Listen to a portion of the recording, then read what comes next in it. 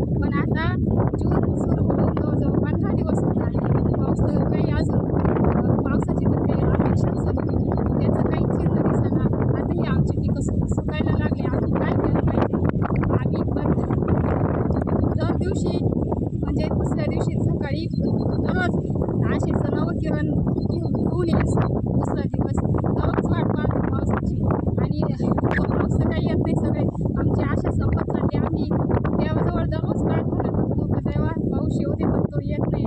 काय करावं? आजची परिस्थिती अशी आहे शेतकऱ्याची का पाणी पडावं अशी शेतकऱ्याची धावपळ आहे आणि पाणी पडायसाठी शेतकरी वाट पाहतोय। म्हणून पाण्याच्या तरसालच्या नियमाप्रमाणे औंदा काही शेतकऱ्यांनी झेंडू लावली आहे, तिला तांब्याने पाणी टाकलं तर ती आत्तापर्यंत अशी ऐन कोरडी शेती आहे आणि पाणी पावसाळा लागून जवळजवळ 15-3 वार उलटून गेले, अजून थेंबसुद्धा पडला नाही।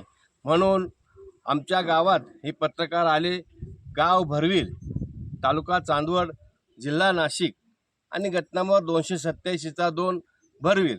म्हणून त्यांनी ही पाहणी केली। शेतकऱ्याचे आज रोजी काय हाल आहे, पाण्याची वाट बघून बघून शेतकरी हैराण झाला आहे।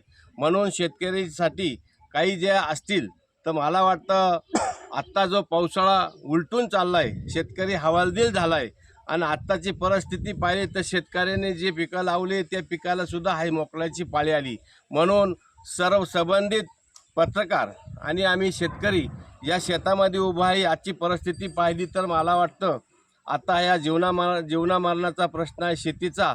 शेतकऱ्याच्या बाबतीमध्ये कधी सुलतानी संकट तर कधी आसमानी संकट, याला तोंड देत देत शेतकरी आतापर्यंत हवालदिल झाला आणि पाण्याची वाट पाहून पाहून तो थकला आहे। म्हणून शेतकऱ्याच्या बाबतीमध्ये यांना काय असं म्हणायचं आहे, त्यांनी तो वरून निसर्गाचा राजा पडत नाही आणि वर नुसतं ढगाळ आहे, पण आता चांदवड तालुक्यातच तर काय पण नाशिक जिल्ह्यात थेंबसुद्धा पडला नाही।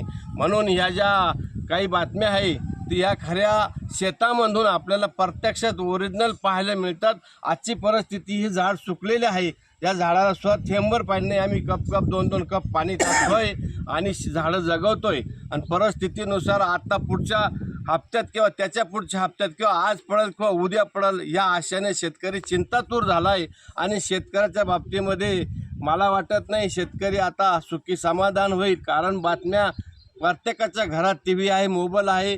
कोणी म्हणतं दुष्काळ पडला, कोणी म्हणतं दुष्काळ पडणार आहे, अशावरून बातम्या येतात आणि घरातले माणसं सारखे डोक्याला खाजवत आहे। म्हणून सर्व शेतकऱ्यांच्या डोक्यात एकच आहे, दुष्काळ पडला मग हे पिकच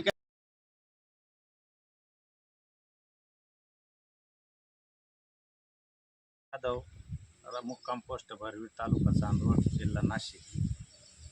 आम्ही जवळजवळ दरवर्षीच मे महिन्याच्या सुरुवातीला तळ्याच्या पाण्यावर थोडं पाणी राहतं, साचून ठेवेल विहिरीत, त्याच्यावर झेंडू, कोबी, थोडं मिरची, टमाटे लावली आणि भरपूर लोकांनी लावले। पाऊस 7-8 जूनला 10 जूनला पडेल या अपेक्षानं, पण आता आम्हाला अशी चिंता झाली का पाऊस तर काही पडत नाही। आता हे पिकं सोडायची वेळ आली, सोडावंच लागणार आहे आणि सगळं काय होता आमच्याजवळ जो खर्च करायची ताकद ती संपली। पाणी कुठं टँकरनं भेटत नाही, नाशिक जिल्ह्यातच पाऊस नाही आहे।